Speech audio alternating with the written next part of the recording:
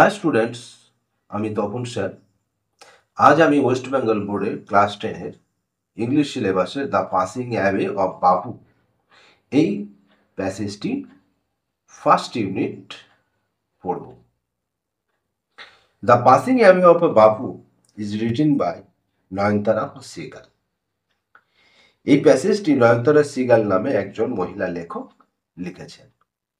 নয়নতারা seagull ওয়াজ born করেছেন 1927।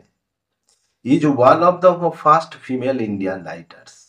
অনেক ভারতীয় ফিমেল রাইটার্স ছিল ভারতবর্ষে তখন, তার মধ্যে তিনি একজন।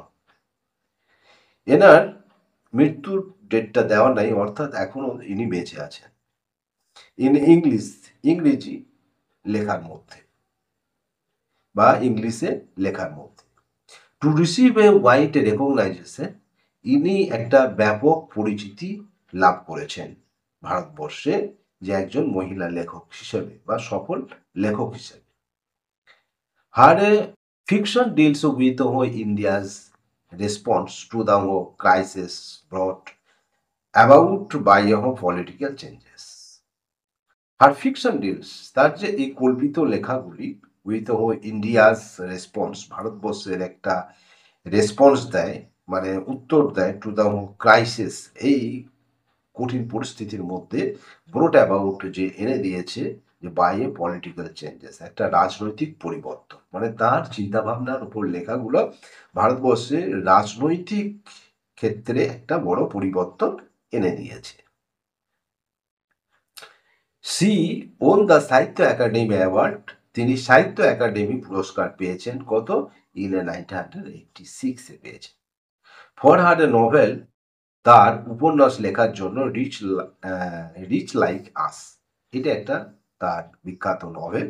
এটি লেখার জন্য তিনি এই পুরস্কার, সাহিত্য একাডেমি পুরস্কারটি তিনি পেয়েছেন 1986 সালে। আমি শুধু স্টুডেন্টদের জন্য গুরুত্বপূর্ণ অংশগুলোই কিন্তু বেশি বেশি করে রিপিট করছি। নেক্সট, তাহলে এই ফার্স্ট প্যারাতে আমরা শুধু লেখক সম্পর্কে পেলাম। নেক্সট যে প্যারাটি রয়েছে, এই প্যারাটি কি না, গল্পটির বিষয়বস্তু সম্পর্কে কিছু ইনফরমেশন এখানে শর্টে দেওয়া আছে বা ইনজিস্ট করে দেওয়া আছে।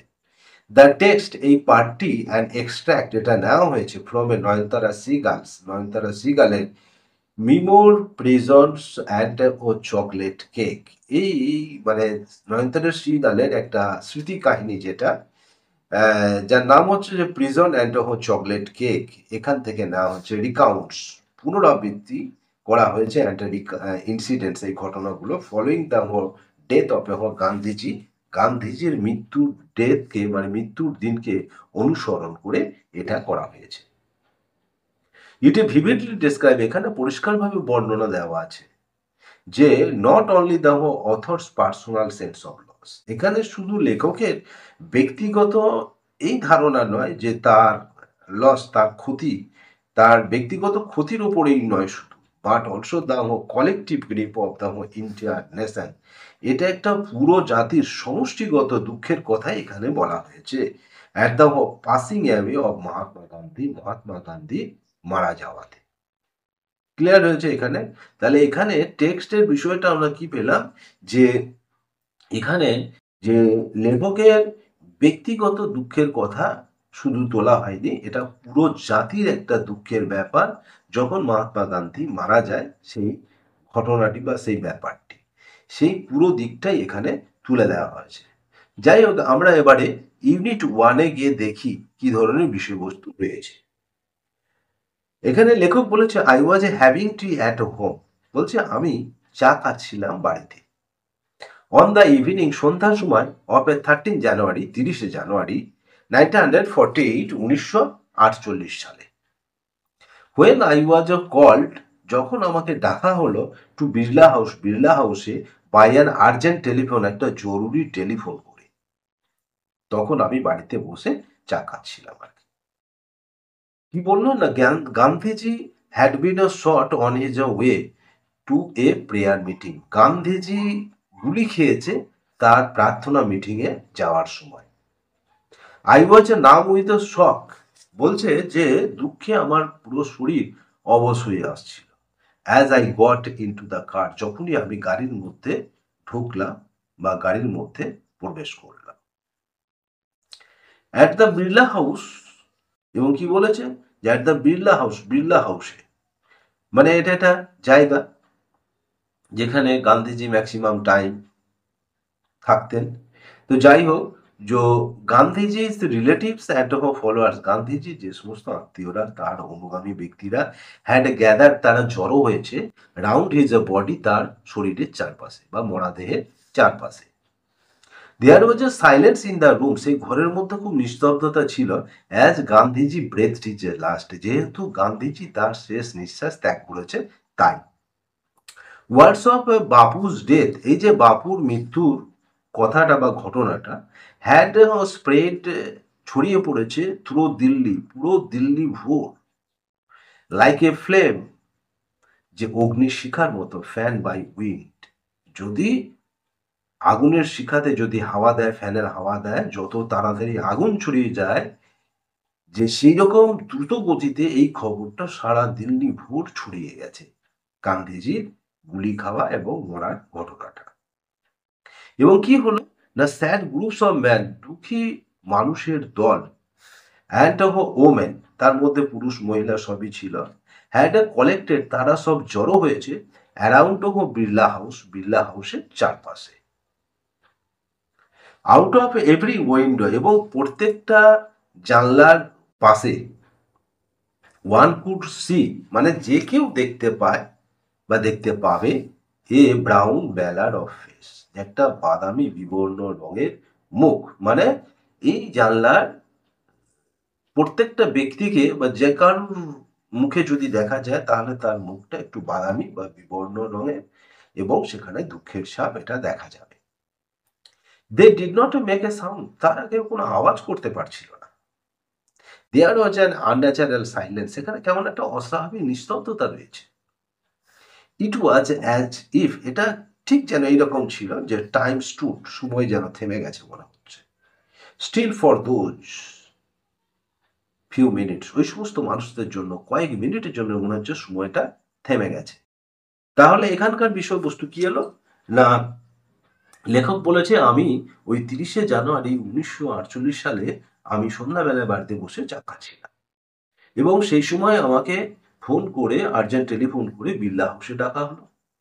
কারণ কি না, গান্ধীজি প্রেয়ার মিটিং এ যাওয়ার সময় ও গুলি খেয়েছে। এবং এই খবরটা শুনে আমি যখন গাড়িতে উঠে বসলাম তখন আমার পুরো শরীর দুঃখে যেন অবশ হয়ে আসছে। এবং বিড়লা হাউসে আমি গিয়ে দেখলাম যে গান্ধীজি যে সমস্ত আত্মীয়রা এবং অনুগামী ব্যক্তিরা রয়েছে তারা সব ওর বডির চারপাশে ঘিরে রয়েছে, এবং সেখানে পুরো রুমটার মধ্যে একটা নিস্তব্ধতা রয়েছে, কারণ গান্ধীজি তার শেষ নিঃশ্বাস ত্যাগ করেছে এখানে। এবং গান্ধীজির এই যে মরার খবরটা একদম মানে অগ্নিশিখার মতো দ্রুত গতিতে ছড়িয়ে পড়েছে সারা দিল্লি ভোর, এবং দুঃখী মানুষের দল, তাদের পুরুষ মহিলা সব একত্রে হয়ে বিড়লা হাউসের চারপাশে তারা জড়ো হয়েছে, এবং প্রত্যেকটা জানলা, যে সমস্ত মানুষরা আছে মুখ পেতে, তাদের মুখের দিকে দেখলেই বোঝা যায় তাদের মধ্যে একটা দুঃখের ছায়া যেন নেমে এসেছে। তারা কেউ কোনো আওয়াজ করতে পারছিল না, এবং একটা অস্বাভাবিক নিস্তব্ধতা রয়েছে। কয়েক মুহূর্তের জন্য তাদের কাছে যেন সময় থেমে গেছে। আমি প্রতিদিনের মতো আবারও বলছি যে স্ক্রিনে দেওয়া কোর্সগুলি আমি অনলাইন এবং অফলাইনে পড়াই, তাই আগ্রহী ছাত্রছাত্রীরা এই নাম্বারে যোগাযোগ করতে পারো এবং সাবস্ক্রাইব করে সাথে থাকো। Thank you. The pupil were too stun to speak in the beginning, যে মানুষেরা এতটাই স্তব্ধ হয়ে গেছে তারা শুরু মুহূর্তে যেন কথা বলতে পারছিল না। লেটার দে ক্লামর, তারপরে তারা একটু হই হট্টগোল শুরু করে দিল, ওয়াইডলি, মানে একটু জঘন্যভাবে বা ব্যাপকভাবে। শাউটিং অ্যান্ড ক্রাইং, তারা সব চিৎকার করছে এবং কাঁদছে। দে জস্টেল ওয়ান আনাদার, তারা একে অপরও হুড়োহুড়ি করছে।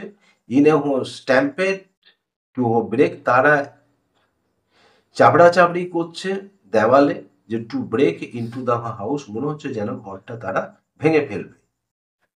দে কামড এ লিটল, তারা একটু শান্ত হলো। when it was announced, যখন এটা ঘোষণা করে দিল that যে they would be allowed, তাদেরকে অনুমোদিত করা হবে যে to see Gandhi's before the funeral, Gandhiji শেষকৃত্যের আগে তাদেরকে একবার দেখানো হবে গান্ধীজিকে, তখন তারা একটু মানে শান্ত হলো। when one is faced with the shock of loved one's death, বলছে যখনই ওয়ান ইজ এ ফেস্ট মানে কারোর মুখ দেখা হচ্ছে উইথ এ শক, এবং তার মুখে একটা দুঃখের ছবি দেখা যাচ্ছে, অফ এ লাভ, সেটা কিসের না ভালোবাসার, ওয়ান্স ডেথ যেন মনে হচ্ছে তার কোনো প্রিয় ব্যক্তি মারা গেছে, ওয়ান হুইম্পার্স, কেউ তো ফুপিয়ে ফুপিয়ে কাঁদছে, what will become of me, আমার কি হবে, নাও এখন, that he has a left me, সে তো আমাকে ছেড়ে চলে গেছে, তাহলে আমার কি হবে, এই প্রশ্ন যেন সবার মনে এবং এই পরিস্থিতি সবার মধ্যে যেন রয়েছে। This was surely the question, এটা একটা নিশ্চিত প্রশ্ন, আপার মোস্ট মানে উঁচু নিচু সব মানুষের মনেই আর কি, ইন দ্য মাইন্ড মানে সবারই মনে, অফ দ্য মর্নিং পিউপিল, এই সমস্ত শোকার্ত মানুষদের মনে এই চিন্তা ভাবনা রয়েছে। They look like lost children, তাদেরকে দেখে মনে হচ্ছিল তারা যেন হারানো শিশু। It was the question in a many of our hearts, এইটা ছিল একটা প্রশ্ন আমাদের অনেকেরই মনে, অ্যাজ উই সেড, যখন আমরা বসছিলাম, স্টিল তখনও স্টকড, আমাদের মধ্যে দুঃখ ছিল, অ্যান্ড এবং আনবিলিভিং, এবং আমরা বিশ্বাস করতে পারছিলাম না যে গান্ধীজি মারা গেছে। উই লিসেন্ড, আমরা শুনেছিলাম, টু দ্য ব্রডকাস্ট টেলিং, যে খবর সম্প্রচারণ করা হচ্ছে, দ্য পিউপিল, মানুষদের উদ্দেশ্যে, অফ ইন্ডিয়া, ভারতবর্ষের মানুষদের উদ্দেশ্যে খবর সম্প্রচার করা হচ্ছে, আমরা শুনেছিলাম, দ্যাট যে দেয়ার বাপু ওয়াজ নো মোর, যে কি বলছে যে তাদের বাপু আর নেই, এই খবরটি যেন যে সমস্ত নিউজ চ্যানেলগুলো আছে সেই নিউজ চ্যানেলগুলোতে ব্রডকাস্টিং করা হচ্ছিল। ক্লিয়ার হয়েছে? আমি আশা করলাম যে এই ফার্স্ট ইউনিটটা মোটামুটি ক্লিয়ার হয়ে গেছে স্টুডেন্টদের কাছে।